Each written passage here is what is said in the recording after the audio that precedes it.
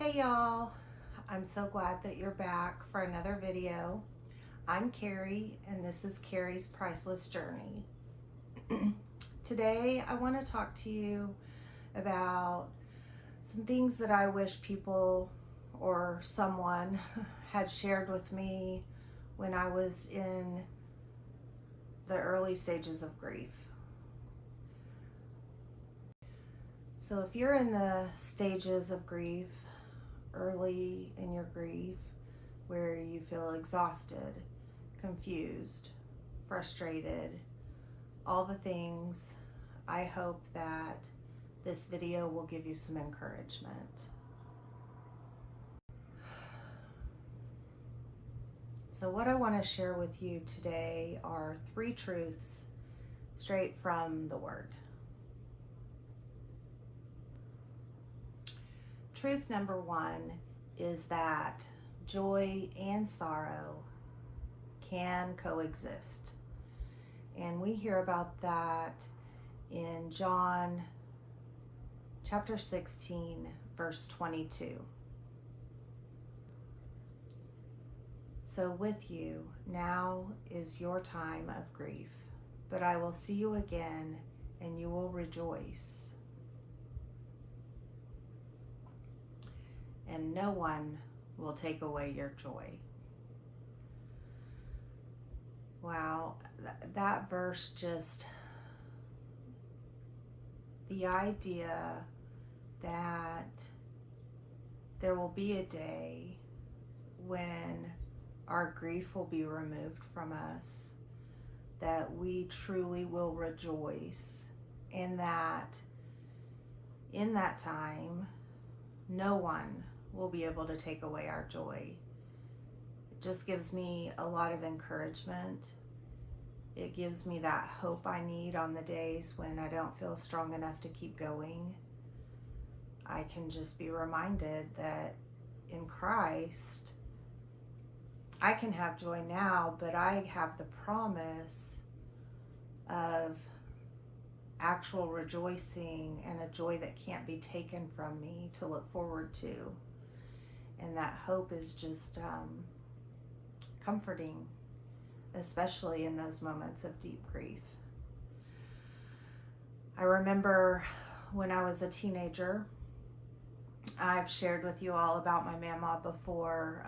If you've watched my testimony video, I will link it here. If you haven't had a chance to watch it, I would love for you to go back and watch that, because I really just share my story and my heart and kind of all the things that led to right here.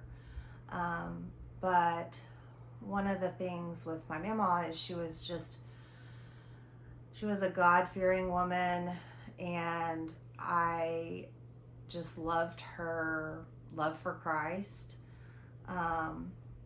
She often said, God will never give you more than you can handle. And I know that's a questionable quote, but like the sentiment behind it of just the encouragement that no matter what we're going through, the God's with us in the middle of it all. And she suffered through breast cancer and heart conditions and ultimately passed away from a massive heart attack the evening of her wedding anniversary. I think it was like their 47th wedding anniversary. They'd gone to dinner, come home, got ready for bed, and she passed away in the middle of the night. And I was 15 and a half at the time, and that morning I was woken by my parents, and I was supposed to be leaving that morning to go to Washington, D.C. for Nazarene Youth Congress, and had been so excited about that opportunity and just getting to worship God with like a whole group of teenagers, and was super excited about it. My grandparents were thrilled about it and had helped me raise funds and all those kind of things that go into a trip like that. But that morning, my parents woke me up to the news that my mama had passed away. And I remember telling my parents, like, I can't go on this trip now. And my grandpa got on the phone with me and said, you're going on this trip. It's what your mama would want. She was so proud and so excited for you to have this opportunity. And so that week was amazing. It was a wonderful, amazing week, but it was also filled with great sorrow.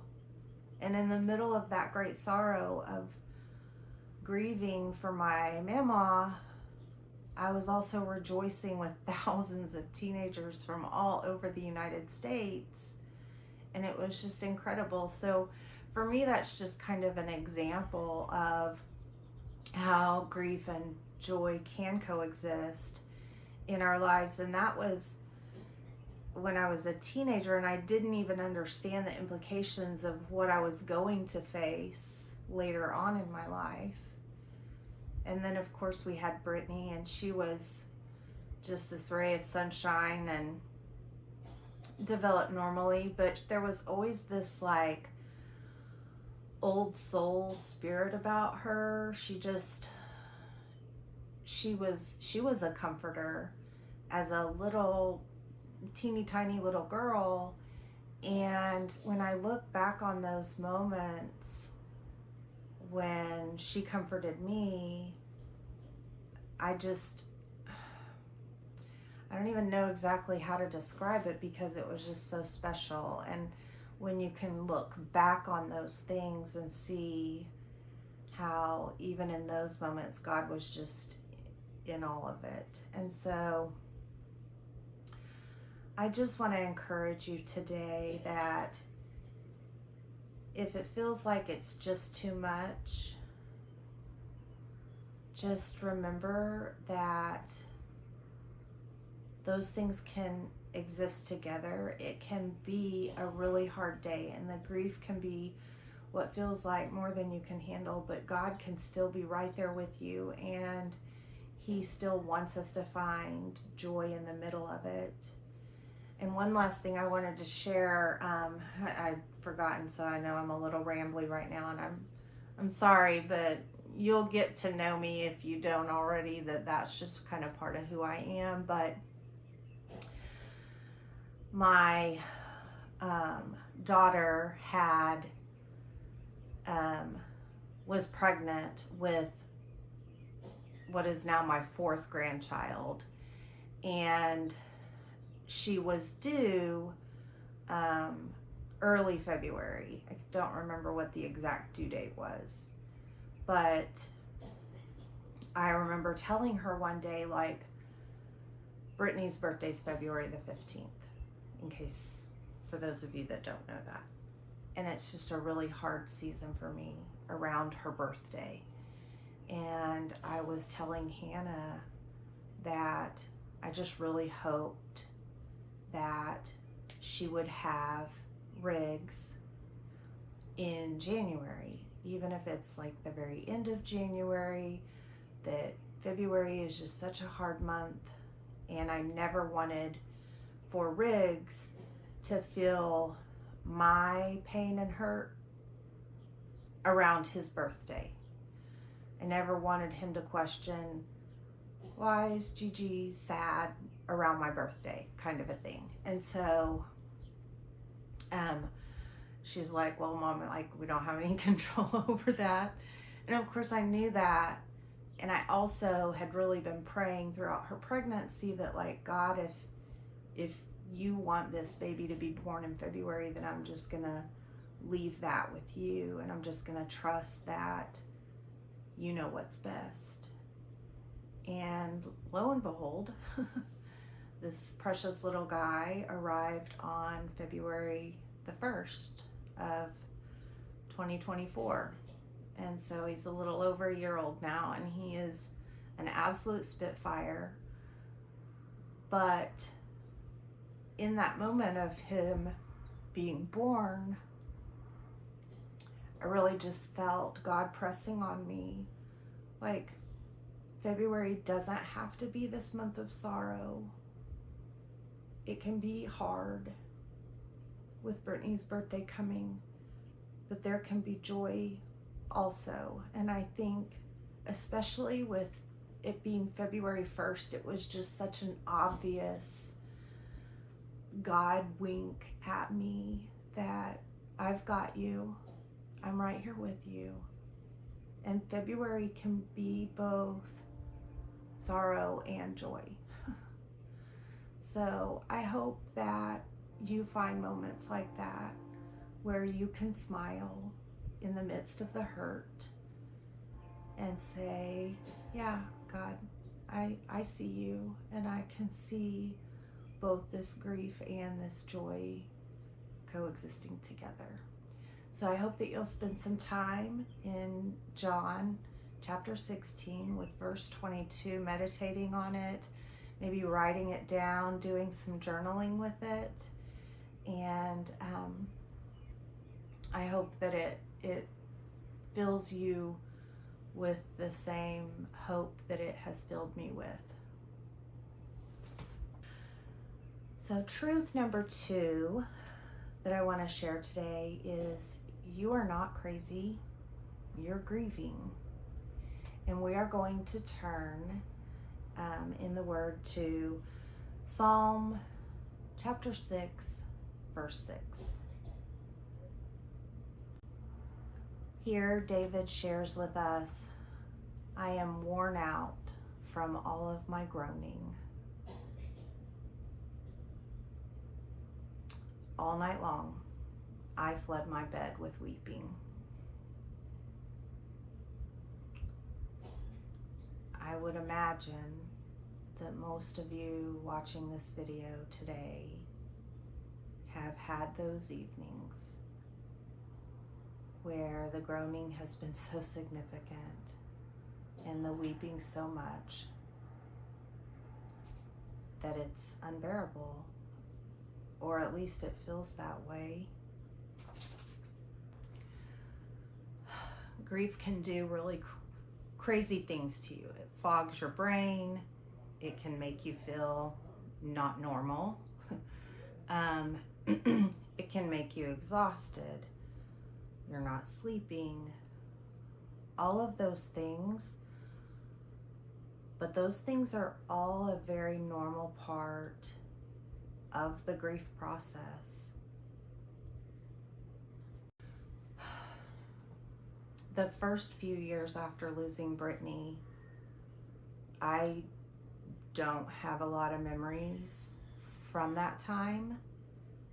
A lot of it is just gone. Hannah was just 2 years old when we lost Brittany, so I had a toddler in the home that I still had to be a mother to, and there's so much about that time that is just a complete blur. And it was probably about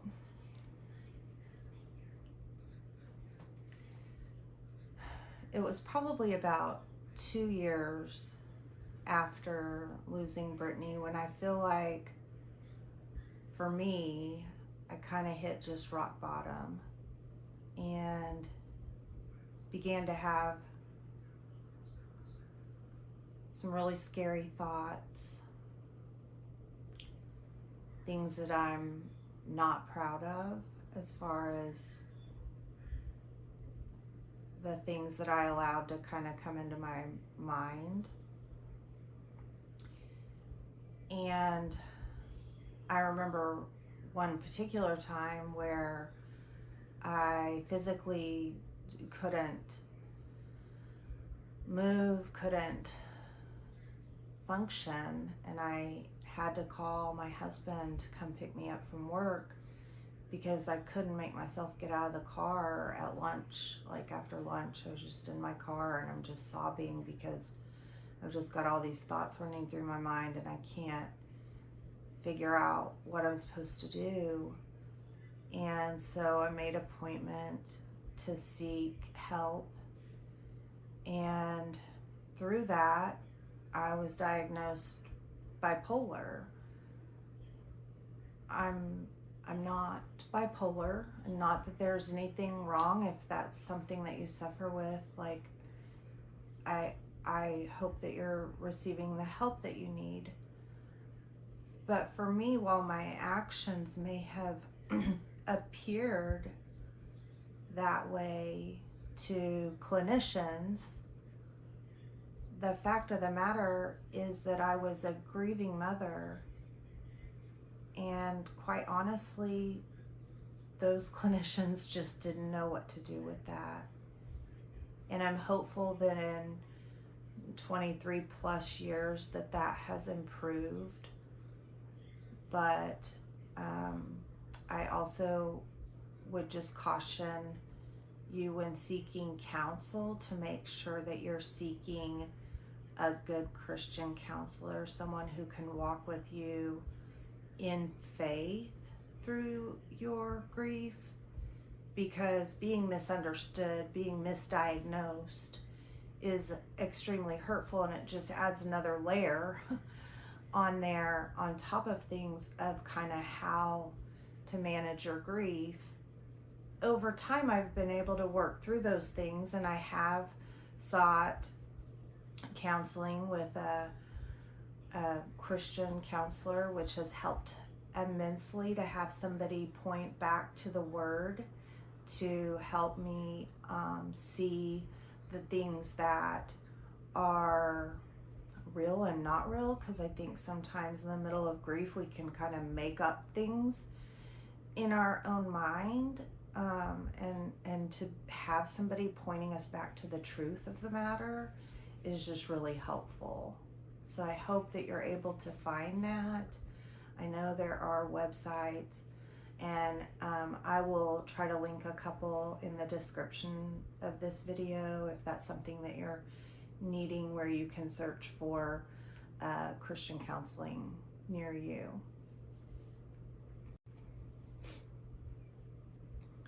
The third truth that I want to share, which we talked about in the last video, but I just think it's so important, and that is that God is near even when he doesn't feel like it, even when it feels he's distant. And we're going to look today at Isaiah chapter 43, verse 2. And it's a longer one, so I'm going to read it if that's okay with you guys. When you pass through the waters, I will be with you. And when you pass through the rivers, they will not sweep over you. When you walk through the fire, you will not be burned. The flames will not set you ablaze. So sometimes God's presence can feel distant, but I assure you, it is not. He is right there with you, not letting the water sweep over us, not letting the river sweep us away, not letting the fire burn us. Even when all those things feel like they're gonna happen, they are happening, we can't breathe, don't know how to make a decision, he's still right there with us, and he is just sometimes, I think, waiting on us, but I can promise you he is right there. One of the ways I think that God's presence can be felt, even when it doesn't seem like you're feeling it, is just the fact that you're still standing. It's just the fact that you found this video. It's the fact that you got up today.